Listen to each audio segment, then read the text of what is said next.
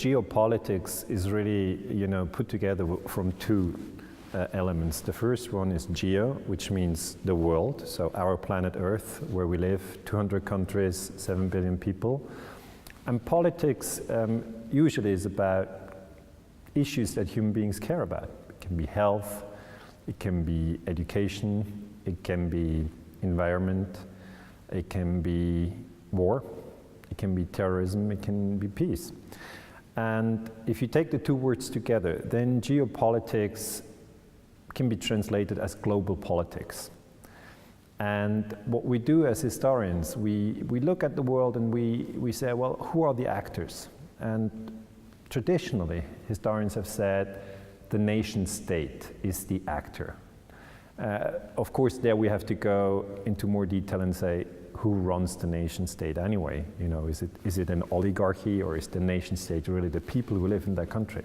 But if we leave that aside for the moment, we can say geopolitics is basically the interaction of all the nation states on planet Earth. So you start by counting how many nation states are there. Everybody knows that there is Russia, that there is Germany, that there is New Zealand, that there is Brazil, that there is United States. But when you start counting, you're like, oh, I know, you try to count how many nation states you know, where you've lived, maybe you've been to France, maybe to Nepal, Pakistan, Thailand. And at the end, you come up with a number roughly 200 nation states. The figure that is maybe most often quoted in newspapers is 193 nation states, because these are members of the United Nations. So Germany is a member of the United Nations, Switzerland is a member of the United Nations, Spain, US. Then you have a few disputed territories like Kosovo. Kosovo is not really a nation state, but it is a piece of land. It used to be part of Serbia, and it was, cut away from Serbia. And exactly the historian then looks, well, how did they cut away that little bit? NATO bombed that country. How did they do that? And then we go back and look, what year was it? 99. Then we ask, was there a resolution by the Security Council? There was none. So then we have a case of war crimes. That was at the time of Clinton and Schröder and Joschka Fischer. And then we go into the details. So really geopolitics is about global power. And I think it's fascinating. It's much more interesting than any science fiction story or film with James Bond. These are just actors. I mean, of course you can watch actors. That's not the truth. It's much more interesting to look at what is Trump doing, what is Putin doing, what is Merkel doing, and what is Xi doing, the president of China. This is really interesting. And if you look into geostrategy, it's obviously not possible to have all 200 countries in your mind at the same time. It's impossible. You can't follow 200 countries at the same time. It's like if you're a teacher, you can't educate 200 kids at the same time. So really the best thing is to limit your awareness to maybe the most powerful 5. And the most powerful 5, clearly today, are the United States, Russia, China, France, and the UK. Why do I think that these are the most powerful countries? I mean, obviously, I didn't mention Brazil, I didn't mention Germany, I didn't mention Japan, didn't mention Switzerland, where I was born and where I live. But these 5 are the most powerful because they sit in the Security Council of the United Nations. They have a veto power. All these 5 countries are nuclear powers. Germany is not a nuclear power. Japan is not a nuclear power. And these 5 countries, if you want, have won the Second World War. So you still have American troops here in Germany, here in Munich, where we do the interview. You have an awareness that the Americans have troops in Germany, but the Germans have no troops in the US. So, that always gives you an idea of geostrategic power. Where do they have military bases? Where do they have warships? Where do they have military planes? And the second thing that we look at, if we look at geostrategy, we don't only look at the 5 most powerful, we also look at pipelines, for instance. We're like, okay, where's the oil? How much oil do we need altogether? You know, you don't start with the question, how much oil does Munich need, or how much oil does Germany need? That's not a geostrategic question. The geostrategic question is, how much oil do we need as a human family every day? It's really a lot. It's 90 million barrels every day, and every barrel has 159 liters. So it's a lot of oil. And then you go like, okay, let's look at the 200 countries. Who has oil? Germany has none. Switzerland has none. Pakistan has none. But other countries have oil, like Kuwait, like Iraq, like Russia, like Saudi Arabia, like the US. And then you look at, okay, do they consume all the oil that they pump out of their ground, or do they export some of the oil? And if they export some of the oil, where does it go? And how do you use the tankers to bring it here and there?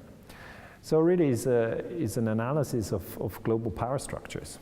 And geostrategy usually also looks at what's the biggest country on Earth? You know, it's these simple questions that a 10-year-old can ask. And the biggest country is Russia. Okay, so everybody who's interested in geostrategy should be aware the biggest country is Russia, just from the size. And then second question, well, what's the country which is most dense with the biggest population? That's China. And you find out, okay, Russia and China are the big five. They're among the UN Security Council members. And then you go, okay, but what's the most powerful country? And the most powerful country is the United States. Why is it the most powerful country? Because really, it is dominant in military affairs today. So they have the most aircraft carriers. They have 10.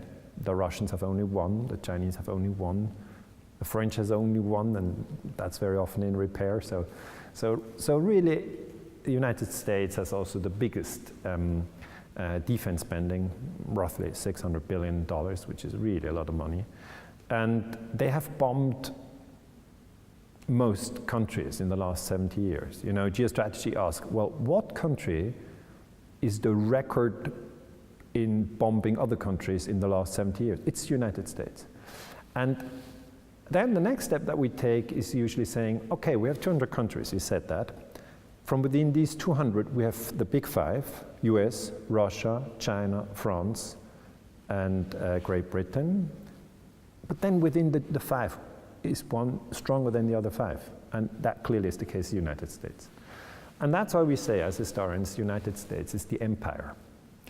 It is, I have to add, a term which is not very often used. Okay, so if you watch TV, which I always say you shouldn't, unless you're interested in sports, but if you watch TV and you try to understand how the world works, here in Germany they have the Tagesschau, in the US they have Fox News and CNN and everything, and they give you news every day, but they never tell you that the United States is the empire. And if you don't have this term, okay, you're not able to understand geostrategy, because the empire has a tendency to behave in the same way. It usually tries to become bigger or stay at least as big as it is. Okay, that's been the case with the British Empire. That's been the case with the Roman Empire. And as a historian, I looked at the Spanish Empire. Okay, so the empire usually exploits and invades. It also tortures. So it doesn't have moral high ground. It just has military high ground and economic high ground. And so the empire tries to avoid the term empire. And if you look at geostrategy, you have to ask, okay, so the United States is the empire. I understand that. It's the most powerful country on the world. Since when is it the empire? Since 1945. So it was really the end of the Second World War, which led to a shift in global power balances. It shows you that during wars, huge wars, usually the power balances shift. And now the US empire is dominant. And in my new book, Illegal Wars, I use the term US empire, and I have some readers who write, I think that's very good. I don't hear this term very often in Germany. I don't hear it in the US, and I wish, you know, it was used more often, because, you know, it's the frank description of the situation, while others are irritated because they say, didn't know that there was an empire, and they're 50 years old or 60 years old, and they don't know what the empire is. So I think it's generally a good idea to research geostrategy, and I think everybody can learn about the power balance if he goes into the subject.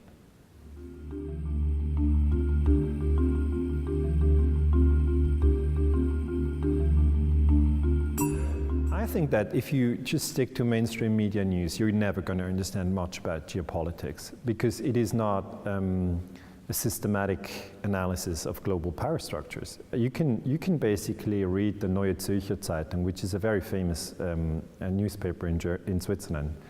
Many intellectuals would regard it to be the leading newspaper, or you can read the Süddeutsche Zeitung, which many people in Germany think is a really good newspaper. Or you can read Der Spiegel, and you can read it 10 years, or you can watch television, Tagesschau, 10 years on end, and you will never understand geopolitics, because these brands, they talk about politics, they talk about different countries, but they never give you an overview. They never tell you the US empire has military bases in 42 different countries and print a map, okay? So that would be the approach that you really need, okay? They had, one time they were covering the Guantanamo military base of the United States. And obviously, if you then watch the Tagesschau or the Süddeutsche Zeitung, you get a story about Guantanamo, okay? And you know that's an American military base in Cuba. So much you know. But you only know that limited element, and you don't get the geopolitical overview, because then it would be helpful just for young people, or also for 50-year-old people or 60-year-old people, to have a map of the world with all the countries that the United States has military bases, and it's 42 countries. So if you call it the map, and we did such a map in my institute, the Swiss Institute for Peace and Energy Research, CYPER. If you have such a map, and you color the countries in blue where the United States has a military bases, there's a lot of blue on that map, okay? And then you get an overview. And the mainstream media avoids that. And obviously, you know, I have young people, 20-year-old people who ask me, why don't they print that, okay? I mean, that's the stuff we want to know. That gives you a good and detailed analysis. I want to have a map where you can see how many military bases do the Russians have, in how many countries? It's around 10 countries. And the Americans in around 40 countries? Why do the Americans have military bases in Afghanistan, in Japan, in Diego Garcia, in Germany, Rammstein? Why do they have military bases all over the world? Then they are the empire, right? And I say, yeah, that's right. Then they are the empire. Why don't I hear it? And the answer really is that the empire is also engaging in what we call information warfare.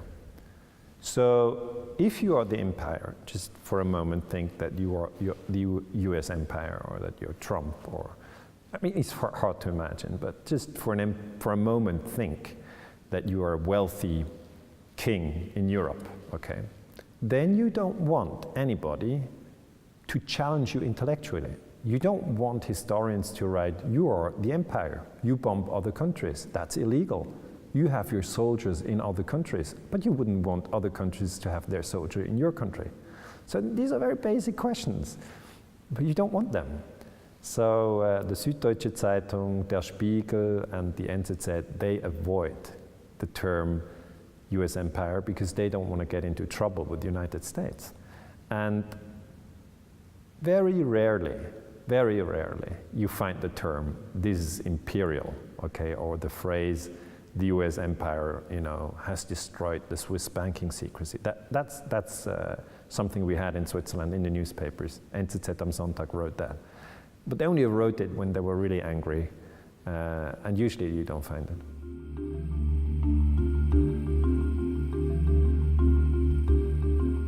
Foreign policy really refers again to one aspect of geostrategy. We said already, when we look at geostrategy, we look at the countries of the world. And really there's 200 countries, we said that. And each country has a foreign policy. So the nation state is the actor in foreign policy. It's not a family, it's not an individual, it's not you and me who's doing foreign policy. So every country has a foreign minister, okay? And if all the foreign ministers meet, then you have 200 foreign minister meeting. And they try to really have influence on other foreign ministers, okay? They say, oh, we could do this thing together against that foreign minister, or, you know, we could link up and get this done. So foreign policy is really about the national interest. But in school books, usually it says the national interest of Germany is that we send the Bundeswehr, that's the German military, to Afghanistan.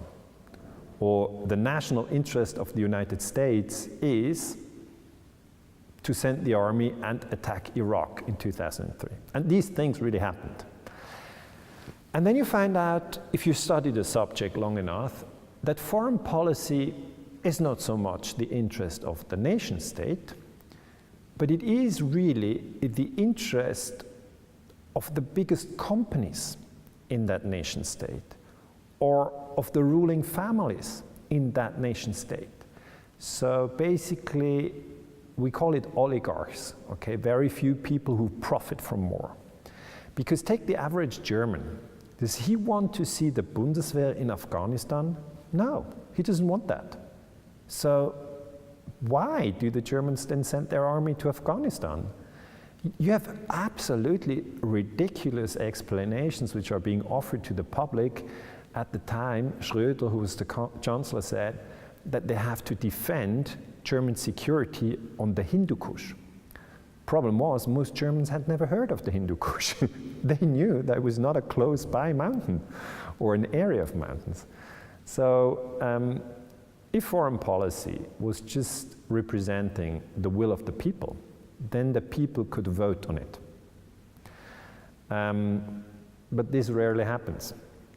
In my country, we can vote in Switzerland on whether we want to buy military jets. Okay, military jets, the government said, the Swiss government said, we need them, they're very helpful, we have to defend ourselves if the Russians come, or if the Germans come, or if whoever comes.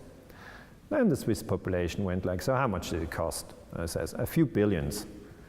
And then the population had a vote. We said, we don't want these jets. So the government was not allowed to buy them. And if you had a similar vote in the United States, you know, before they attacked Iraq in 2003, it was totally illegal. You know, Bush is a war criminal. He had no right to attack Iraq. Then most probably the population would have been split on the issue. But the problem is that in foreign policy, the people have nothing to say in most countries. And foreign policy very often has to do with illegal acts. Because normally a country under the United Nations Charter, that's UN Charter, which was signed in 1945, has this rule that not one country is allowed to attack another country. That's the basic rule, okay? One country must not attack another country. So usually you should not have any foreign policy wars. You shouldn't have them. But they happen again and again because some nations try to gain influence, they try to control resources, they try to make money, they try to sell arms, and it's not good for world peace, not at all. So foreign policy is it's a very interesting subject, and if you look at it closely, you see that many countries have waged wars, and above all, the 5 members of the Security Council, when they wage war, they cannot be held accountable. So when Great Britain attacked Iraq in 2003, or when the French bombed Libya in 2011, together with the British and the Americans, there should have been a resolution of the Security Council condemning these countries, because you can't do it, okay? There's a rule, you can't do it. You can't attack another country. But these countries are in the Security Council, so the foreign ministers sit together in New York, and they said, well, look at this paper. We have a resolution which says we can do an operation in Libya. The Security Council said we can do an operation in the air. And then others say, okay, but you know, the paper doesn't say that you could kill Gaddafi. And they say, ah, yeah, sorry about that one. So I think civilians should wake up to the fact that foreign policy sometimes really engage in crimes.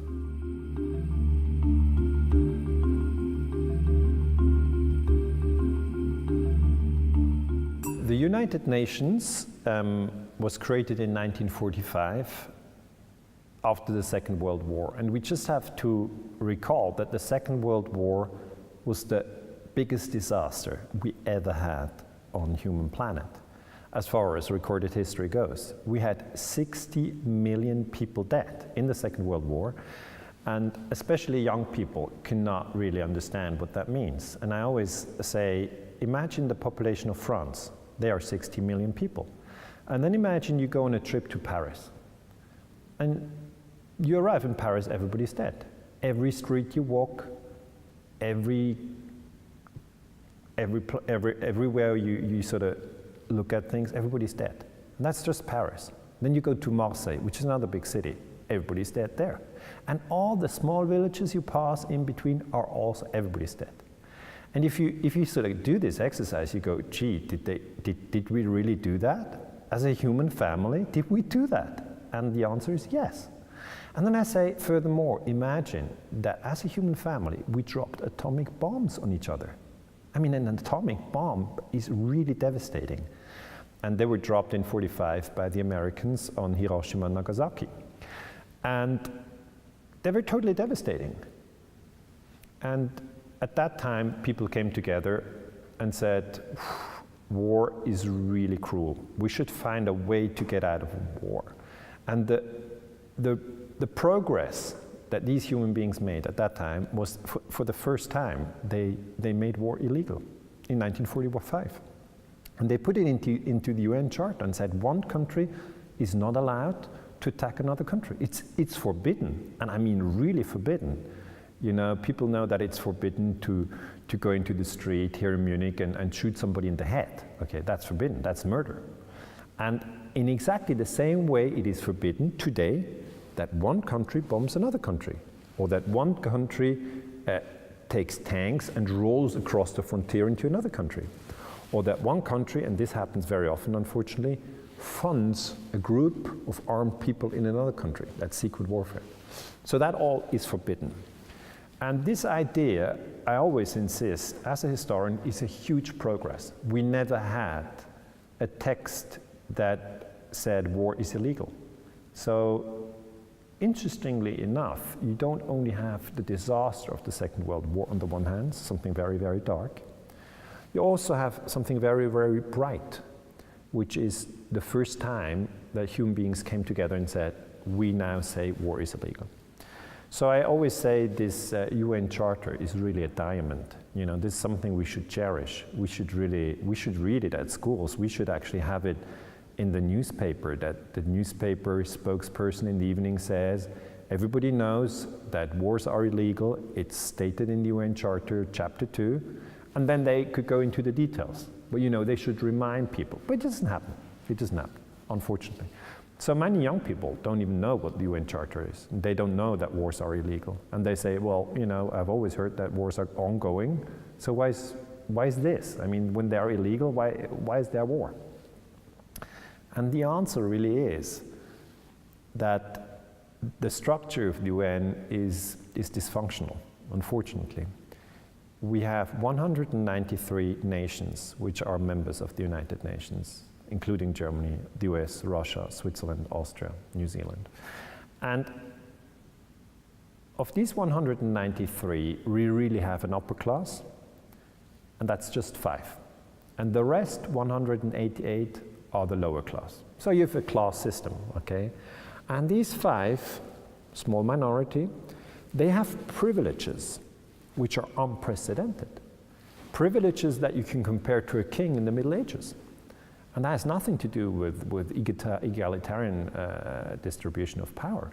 It's very much in the sense that these 5 can do whatever they want and they're not punished. I'll give you an example. In August 1990, Saddam Hussein, who then was the president of Iraq, invaded Kuwait. Kuwait is bordering Iraq, and according to the United Nations Charter, that's illegal. Okay, one country must not invade another country. I explained that before, and that is very, very true. You know, it's a good rule, and Saddam Hussein violated this rule, so he is a war criminal. And then the Security Council comes together. That's 15 members, but only 5 are permanent members, the US, Russia, China, France, and Great Britain. So they come together and say, have you seen Saddam just invaded Kuwait? And they go, well, you know, that's intolerable. He's violated the charter. So what they decide then is to pass a resolution which condemns this war and to actually put up an international army that pushes Saddam out of Kuwait again. That's what we call a legal war. It's a strange thing to even think of, but a legal war is either a war of self-defense or a war based on a resolution of the Security Council. So Saddam was pushed out of Kuwait again, and then the UN Security Council decided that they put the whole of Iraq under embargo. And after a few years, you know, the children in Iraq started dying. And there was a debate on US television. There was a journalist who said to UN Foreign Minister Madeleine Albright, we have 500,000 kids who now died in Iraq due to the sanctions. Is this embargo worth the price? And then very cruel, Albright said, yes, I think the price is worth it. And I really recommend, you know, that people Google this or watch it up on YouTube and go Albright and Iraq and sanctions. And I think the interview was in 1996. I'm not sure on the year, but it was in the 1990s. And then you go like, why is the UN Security Council, which is designed to promote peace and to protect human beings and human dignity, killing 500,000 kids? That's 500,000. I mean, when I was just a student then, in 1996 I was a student. I was 24 years old. When I read this, I was going like, what's wrong with the UN? They have a massive problem. And you had members in the United Nations who were working for the UN, and they were resigning. Hans von Sponeck, for instance, he was resigning. He said, I can't do this. I mean, incredible. And you also see this dysfunctional structure of the Security Council, not only with this embargo, you also see it when the French and the British, for instance, bombed Egypt in 1956. That was the so-called Suez Crisis. Together with the Israelis, they attacked Egypt. This is totally illegal. You can't do it. As I repeat, the UN Charter says not one country can attack another country. But they did it, they bombed the country, and then the Security Council came together, and they should have punished the French and the British. But, as I said before, the French and the British are veto powers in the Security Council. So they put their veto, and you couldn't punish them. In 2003, Tony Blair of Great Britain and George Bush of the United States attacked Iraq. They just bombed Iraq, just like that. Totally illegal. They should be punished. They're war criminals. Blair is a war criminal and Bush is a war criminal. But they can't be punished because the Security Council can't pass a resolution when the veto powers say no. In 2001, we had the 9/11 terrorist attacks in the United States. They are not clear what happened there. You know, historians have a really, really hard time to find out what happened there.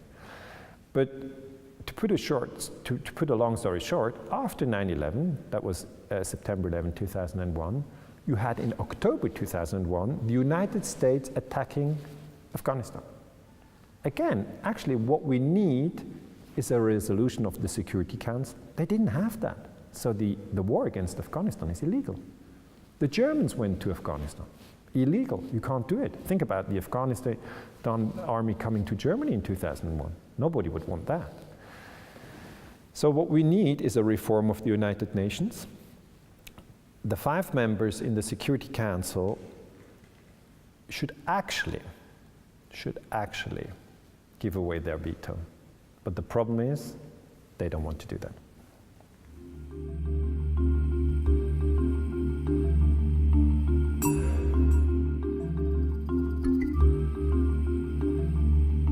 I think the United Nations, with headquarters in New York and a subsidiary branch in Geneva, Switzerland, are still the World Peace Organization. You know, we call it, in all historical documents, we call it the World Peace Organization. But then we should also be aware of the fact that it's not the first World Peace Organization. We had the League of Nations, which failed utterly and couldn't prevent the Second World War from happening. And I think as a human family today, we should think of whether we want World War III or whether we don't want it. Everybody has to decide for himself, because the future is nothing which is now fixed or which is determined. This is something which depends on all of us, and it depends on what we want. And from many, many conversations that I had with many, many people in many, many countries, I can tell you as a fact that most people want peace. They don't want war. So it's something like we should be able to do it. If many, many people want it, I'm saying 90%, okay? I'm saying 90% of global population in all countries, across all classes, want peace.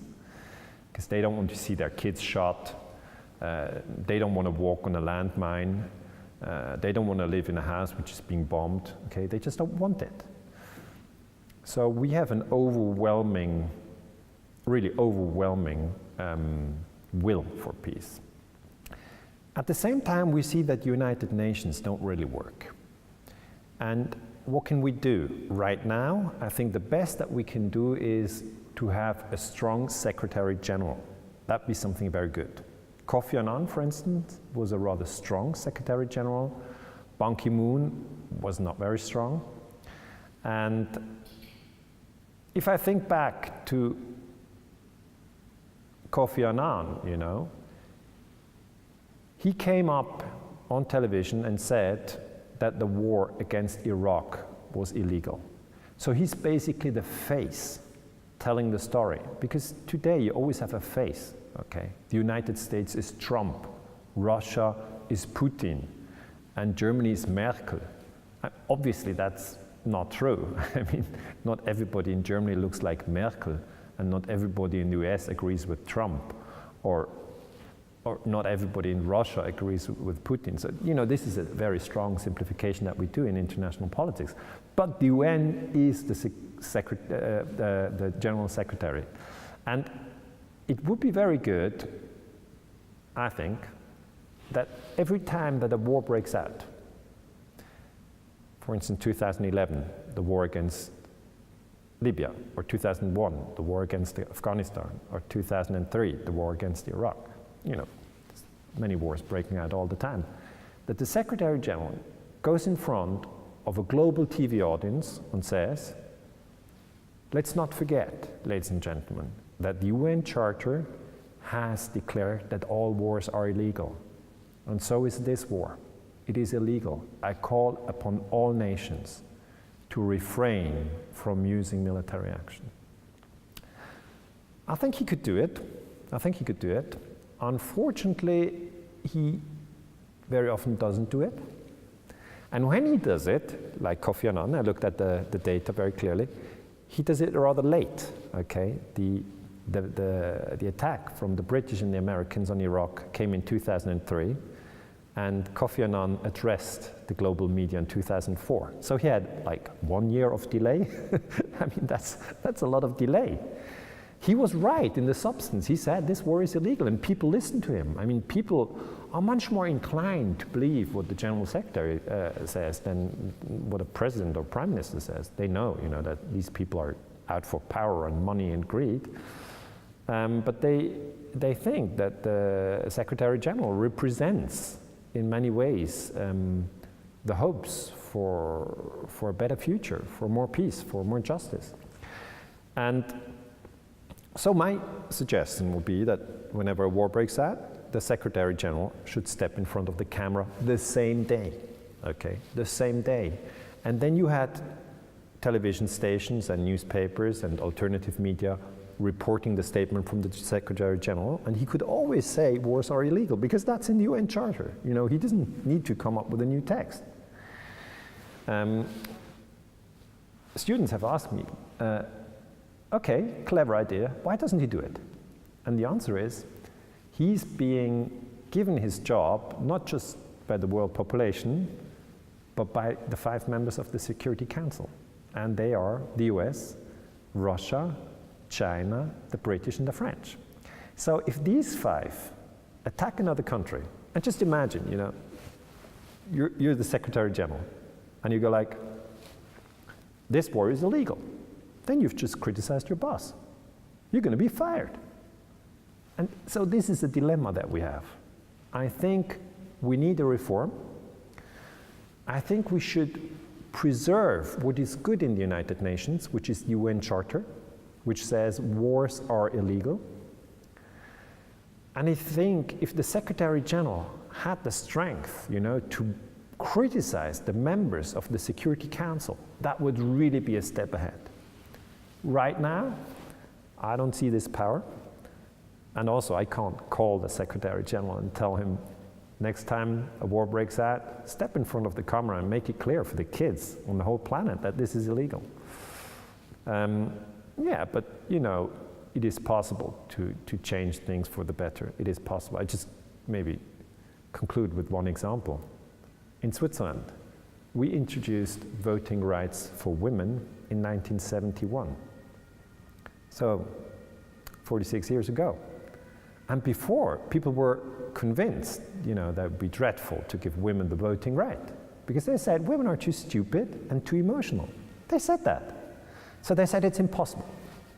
It's really a shame to look back on that, you know, and I'm very happy that today women have the vote in Switzerland.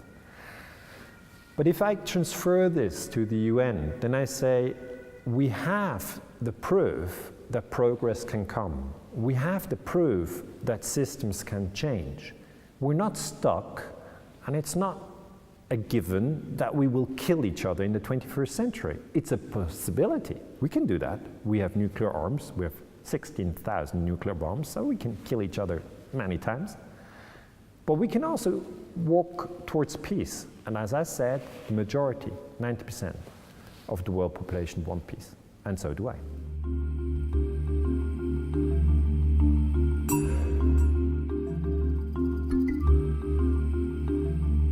Well, secret operations or secret wars are something really, really very delicate.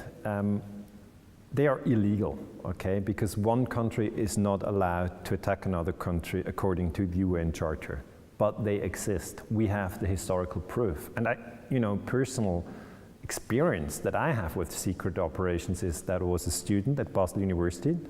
I was 25 years old, and I was researching the Cuban Missile Crisis.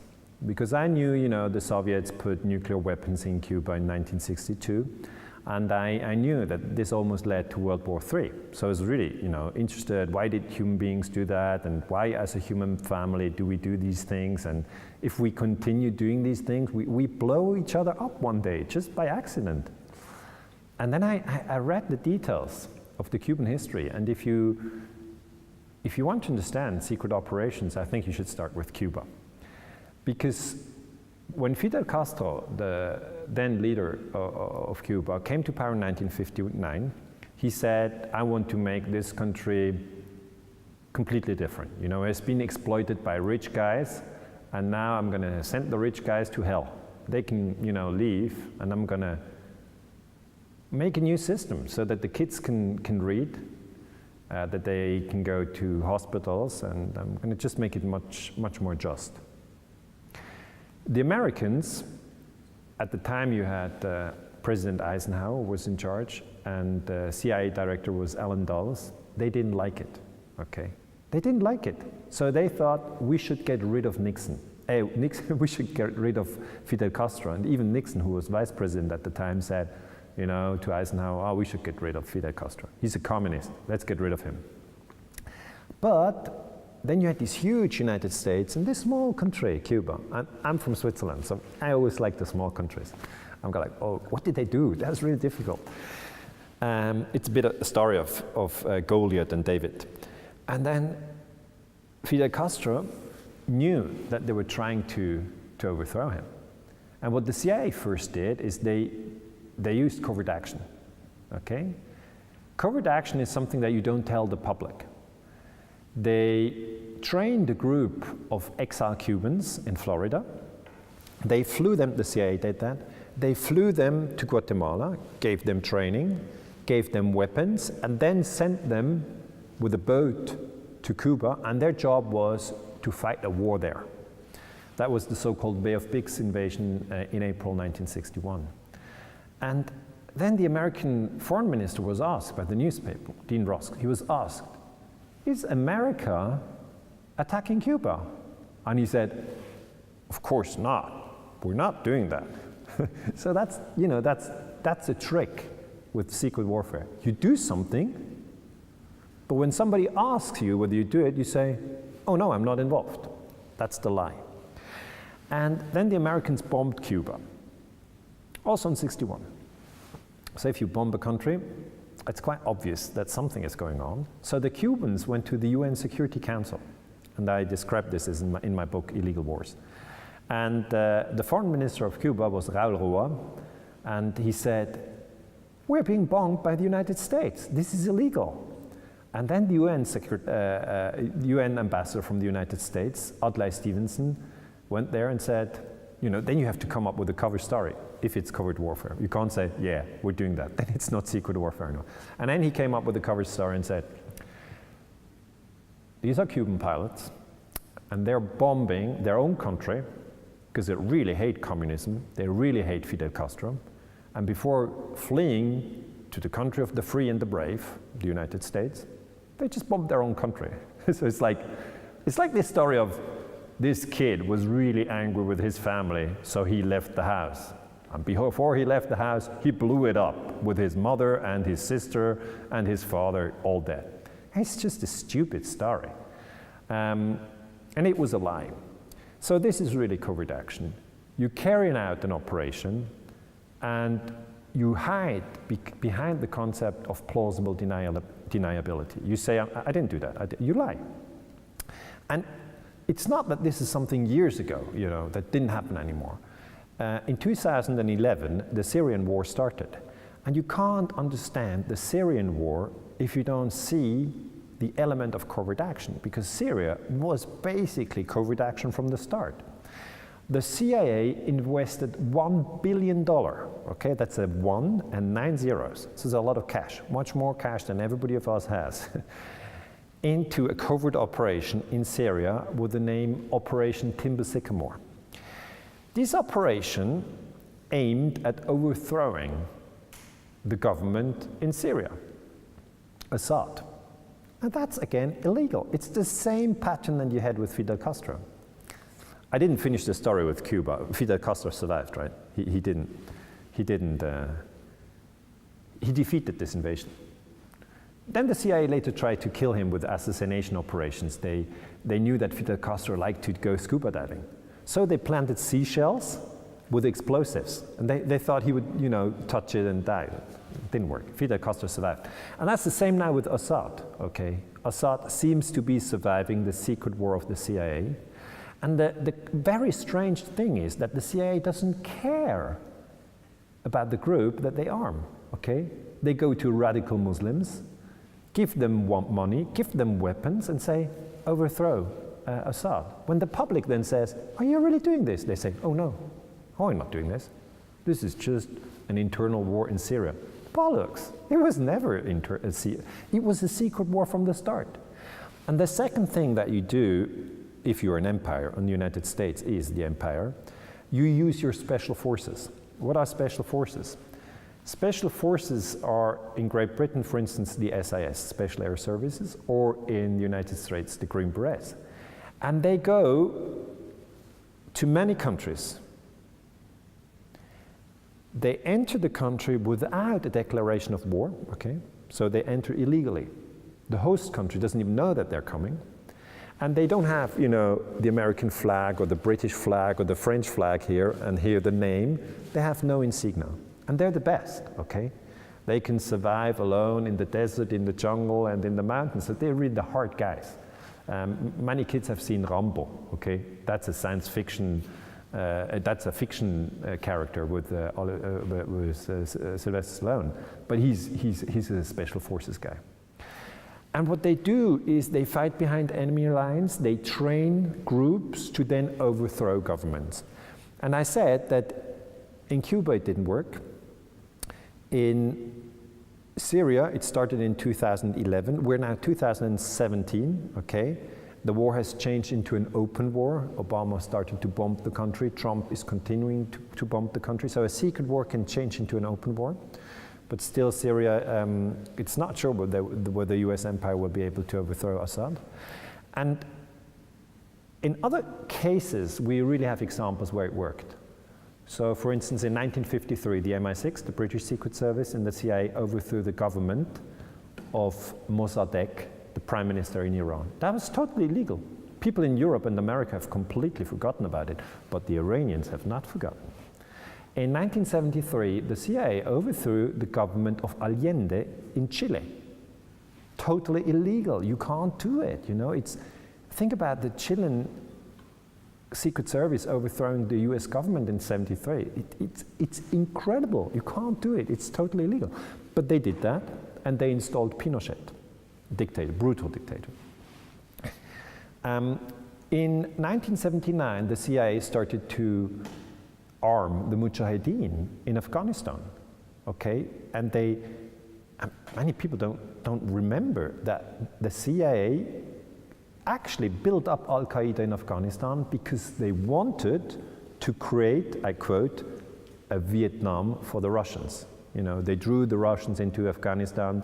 The Russians fought against the Afghani, against the Mujahideen, and the CIA supported them. In the 80s, it was not a secret anymore, but in the beginning, it was a total secret. So, secret warfare is something I've worked on for many, many years. And basically, you can say you don't read about it in the newspaper, you just don't, or only many years later. You don't hear about it on television, or only many years later. And therefore, people get a very wrong picture of international politics. They don't understand that secret war exists. And I think if we have a realistic approach to secret warfare, we should really look at it and say, hey, how did the French blow up the Greenpeace ship Rainbow Warrior? How did they do it? And that's, you know, stuff I research. And just one last example. The French are a nuclear power, and they were carrying out nuclear tests in the Pacific. So French President François Mitterrand in the 80s said, we want, you know, to carry out nuclear tests in the Pacific. There's nobody living there anyway, which meant no French people were living there. You know, that was the Mururoa atoll. Some people were living there, but they said, go away, we're going to blow up some atomic bombs. Insane, totally insane. And then the Greenpeace ship Rainbow Warrior, Greenpeace is an environmental organization, well known, I guess, they went there. So the French were really angry. They said, oh, now we can't blow up our atomic bombs because the stupid Greenpeace activists come with their ship, and this is going to create a lot of trouble. So they sent the French Secret Service, Direction Générale Sécurité Extérieure, DGSE, to New Zealand, where the Greenpeace ship was in the harbor. And they sent frogmen to the ship. They planted bombs on the ship and blew it up. That's state terrorism. They killed one Greenpeace photographer on the ship. And the French agents, which entered New Zealand in 1985, and that's something that really upset me when I read the documents, they pretended to be Swiss citizens, okay? So they used different passports. So that's secret warfare. You carry out clandestine operations, and it's usually the Secret Service and the Special Forces.